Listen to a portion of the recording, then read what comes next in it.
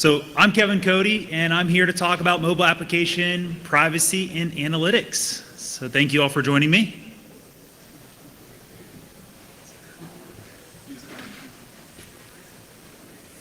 So a little bit about me real quick. Like I said, I'm Kevin CODY, at KevCody on Twitter. I'm from Pittsburgh, Pennsylvania, United States. I am a principal application security consultant for a firm called Invisium. We're an application security boutique firm. And I lead the OWASP Pittsburgh, Pennsylvania chapter. So if you happen to be in the area, you want to stop by one of our meetings, always welcome. So what we want to cover today are some, here are the goals and objectives. So we want to talk about why we should care about mobile analytics and privacy specific for our apps, understand how mobile analytics frameworks work, discuss the threats and types of data that are at risk in our applications, break down how we, as in users or bug bounty hunters or internal security folk or auditors or what have you, can actually start to peel back the curtain on the mobile analytics SDKs or runtime environments. And yeah, that's it. So one thing that I like to point out, this is not a clapback at the Cambridge Analytica debacle. I actually started talking about this prior to that whole thing. So if that's what you came here for, I don't have any hot takes on Cambridge Analytica. I think it kind of speaks for itself. But if we want to grab a drink later at the networking event, you might get something out of me. I'm not sure. But I don't have any inside information. Let's just throw that out at the front. So this is what we're trying to avoid, though. If you haven't seen this already, this is the epic rolling dumpster fire. So this takes the stationary dumpster fire up a level. So this is what we're trying to avoid, right? We have mobile devices with a bunch of sensitive data on it, and we don't want it to turn into the rolling dumpster fire.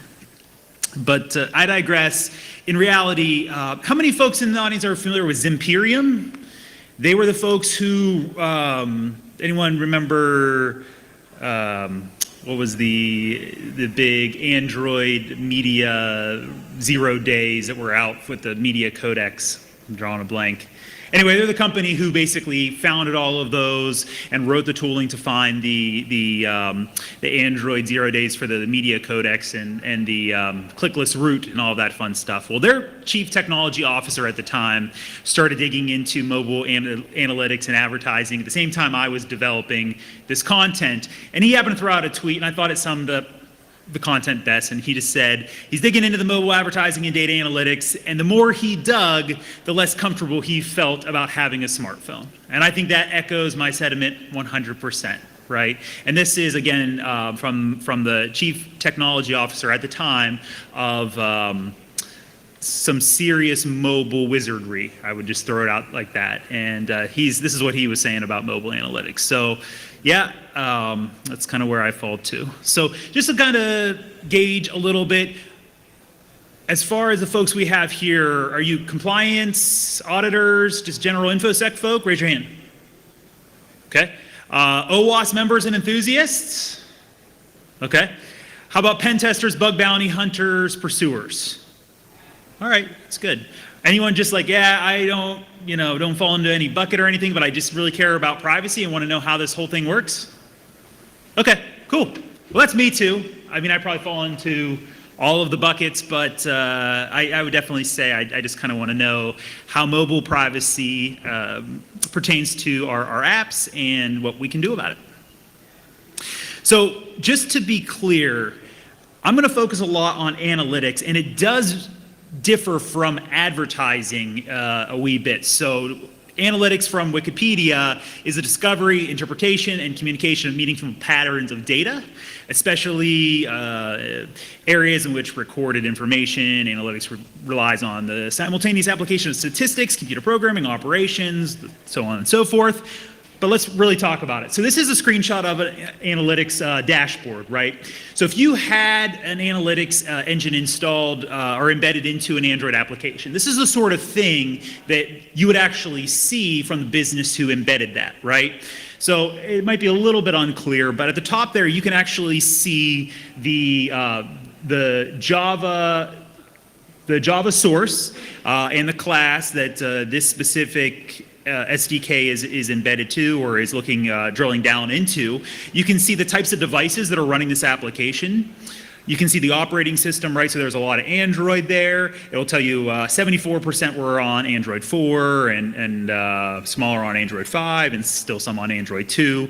This is probably a little bit dated, but I wouldn't be surprised if you still saw some of those versions in your application, right? The interesting things are the stuff at the bottom. I'm not sure if you can see that, but that says 11.52 of the devices are rooted. It says that on average, the devices have 7.12 gigabytes of free space available in the application space, which is interesting. It shows you how much free RAM on average these devices have. It tells you how often the application was in focus on that person's device. And what's the percentage that have proximity turned on their devices. So the first time I saw some of this information, I was a little taken aback. That's a lot of, I wouldn't say personal information, but interesting information that our developers and the apps that we use have on devices that you might not know right off the bat. Like, oh, I wonder, I didn't know they knew how much free space I had on my phone, right? Or how much RAM I have available, right? But, you know, when in looking at this, you might see here that up at the top there is 38,000 non-fatal alerts, and there's 10K users, right? So that's the kind of information that I think I would normally think of, you know, actual kind of debugging information or actual actionable information that I would want to take when a user has a problem and I'm trying to get to the bottom of it, or I'm trying to see how many users are going to a certain function or page of my application. So with that said, I want to get real for a moment. There is a legitimate business justification for these analytics applications, right? IT, security, compliance, whoever you probably work for in the organization, your role is there for the business. You're there to support the business. Without the business, you wouldn't have a security role. Now, if you're a developer, you probably are a little bit abstracted from this because you're providing more to the bottom line directly.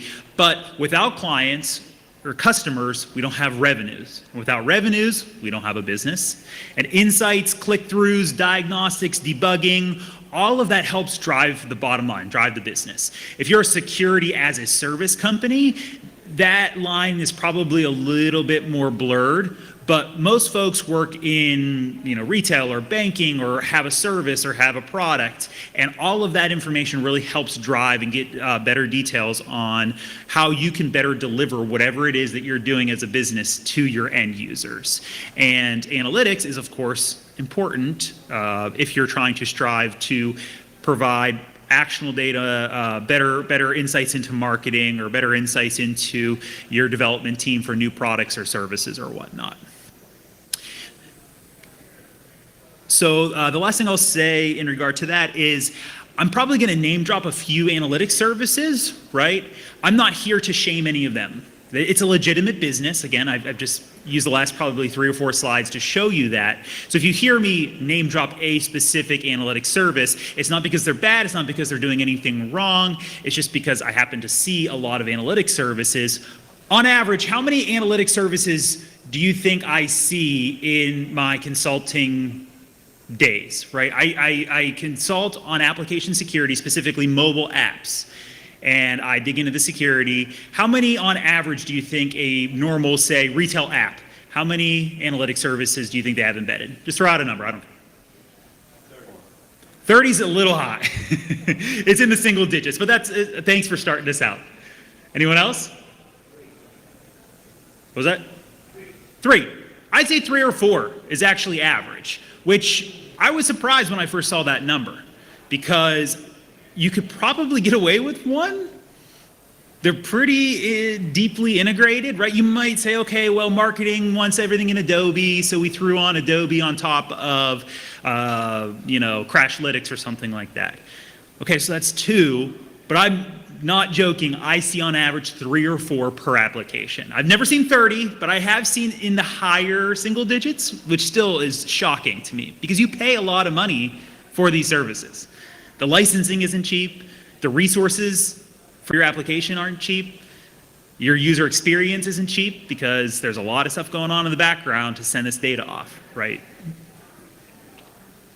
Okay, so I've kind of hinted at this so far. How are analytics actually embedded into our application? So usually it's one of 2 ways, either JavaScript or an actual SDK that's bundled in with our first-party app.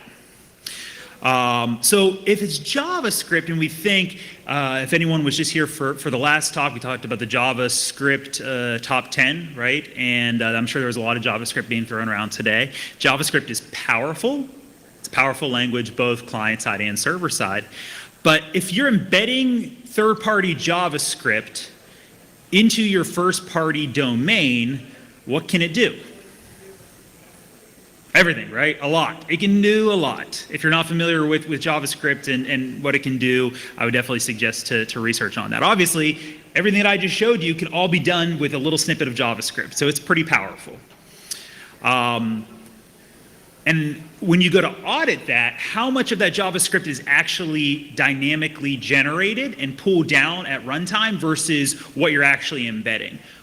Most likely a very large percentage, if not a great majority, like 80, 90% of that could be dynamically pulled down at runtime. So you embed, say, 20 lines of JavaScript, and then it starts pulling down, and all of a sudden, there's hundreds of thousands of lines of JavaScript that are actually being executed. So on the flip side of that, you can embed an SDK.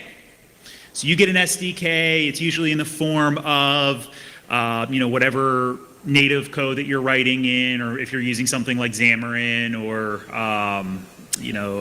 whatever write one type app and deploy to multiple OSs you decide to use, it can be bundled in that way as well and pulled in as a library.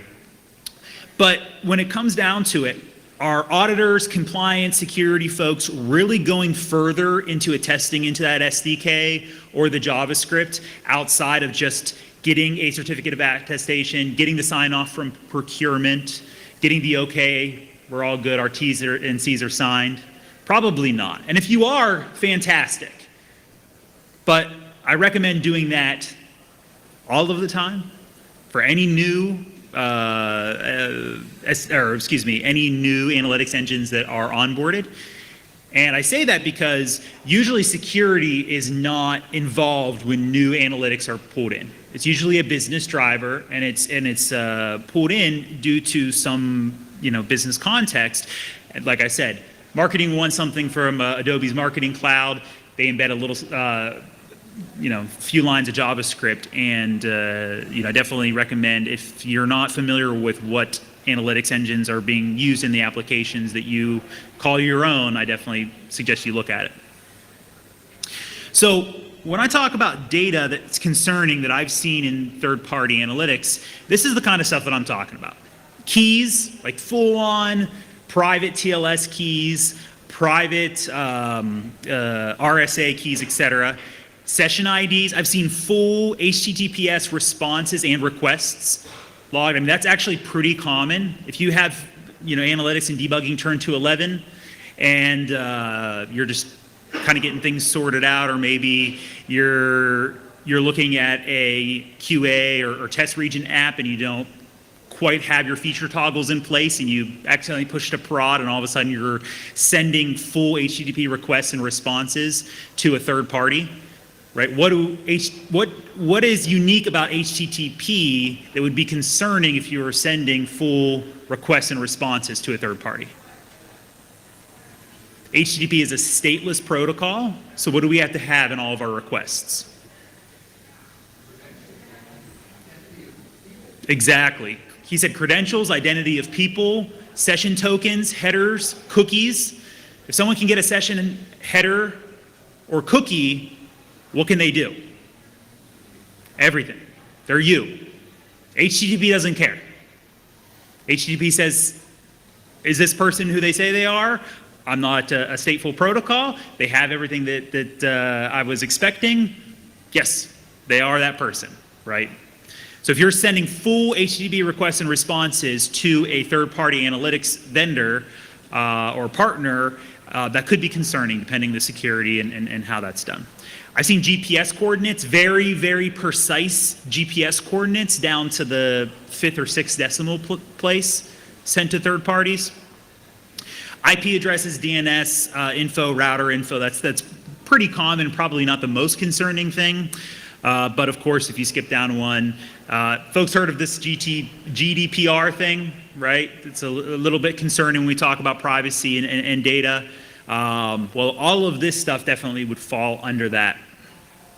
Of course, PII data and just credentials, just plain text. You're doing everything right. You're hashing. You're, encrypting if you have to encrypt for whatever reason. You're doing everything great, but you have to send the password, or you have to send the credential at some point in time to be validated on the server side, unless you're doing some client-side trickery, which is interesting. We can talk about that at a different time. And when you make that post, you actually sent that to a third party in the clear, and now that's being logged there. And everything you've done to make sure that everything is completely secure and safe and awesome is now also being replicated somewhere else and making everything move. So this was a good exchange on one of those popular analytics engines that I said I wouldn't shame. So I redacted this, but this is directly from their boards, and the person's there, so if you Google this, you could probably figure it out, but I'll let you do that. So this person said, what information does this redacted analytics engine store about the app when you use their tool? And I'm just going to summarize this, basically saying, at a normal level, we collect app level data, metadata, app name, bundle ID, icon, et cetera, so we can distinguish your app within the dashboard. At the crash level, there's a lot more. There are crash reports, right? We're trusted by many of the largest companies, Twitter, Square, et cetera, to protect their data. But let me know if you have any specific questions. So just to throw it out there, I think that's probably right, but did they mention any of these things? Because I can tell you, I've seen every single one of these multiple times in real-world applications that are out there in the market today. And he never mentioned keys, he never mentioned plain text creds, he never mentioned GPS coordinates, PII data, HIPAA data, PCI data, et cetera. And I've seen all of that in third-party analytics engines. So what I'm trying to say here is that while this is technically not wrong, depending on how you have it configured, I would say that this is probably not the typical state for these analytics engines. Of course, it can be much less than what he's even saying here, well, outside of probably the first thing, right? They absolutely have to have the app ID, package, bundle name, icon, that kind of thing, right? But I've definitely seen more detail than what is outlined here outside of crash level debug. So you might be thinking, so like, what does Google think about this? Or what does Apple think about this, right? You have these third parties who are collecting all of this information about their users, and there might be a concern that one of the operating systems might say, hey, you're not getting explicit consent from your users to capture all of this data. We don't want you to send it to third parties, right? Well, Apple did come out and change their legal verbiage. This is back of May of last year. And they said that apps are no longer able to transmit location data of users to third parties. So you think that that would include the analytics engines, but to be clear, it does not. Analytics are exempt from this statement. So because you're embedding the analytics in your first-party app, they are considered the first-party app. So there is nothing from Apple's point of view or Google's point of view, there is no legal issue with sending your user data, as verbose as you may want or not want, to an analytics firm or a third party. You're expressly embedding that analytics engine into your application, so this gets beyond that. So we talk about real world risk. There was a good study done by App Authority. Again, this was released last spring. And they looked at Firebase specifically. Are people familiar with Firebase? Google, they're Google now.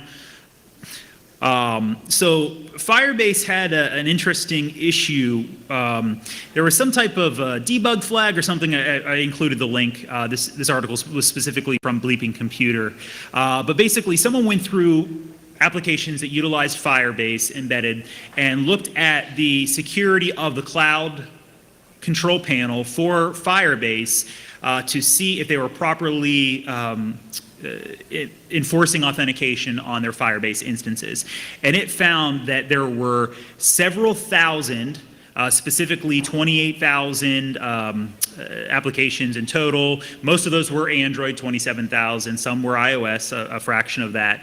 But they connected and stored data inside the Firebase backends. And out of that number of apps, 2,271 misconfigured their Firebase instances to allow them to be viewed from an unauthenticated person.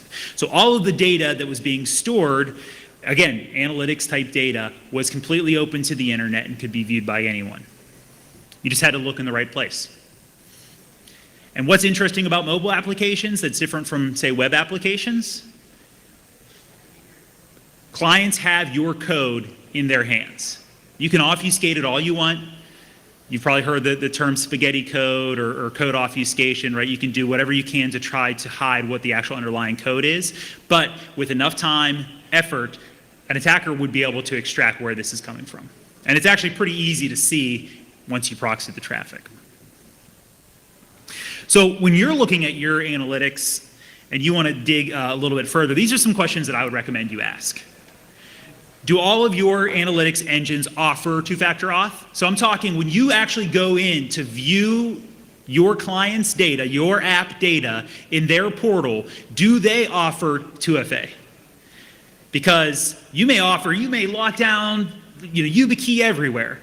But if your analytics vendors aren't doing this, that's absolutely a place where an attacker is going to focus.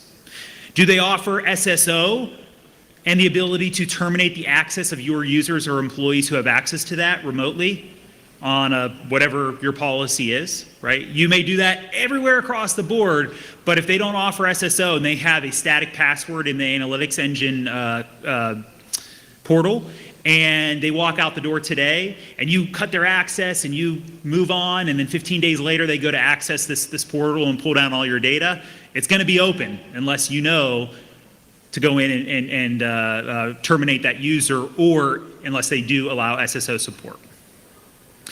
Another question, does your security audit compliance team even know what analytics engines are actually embedded into your application?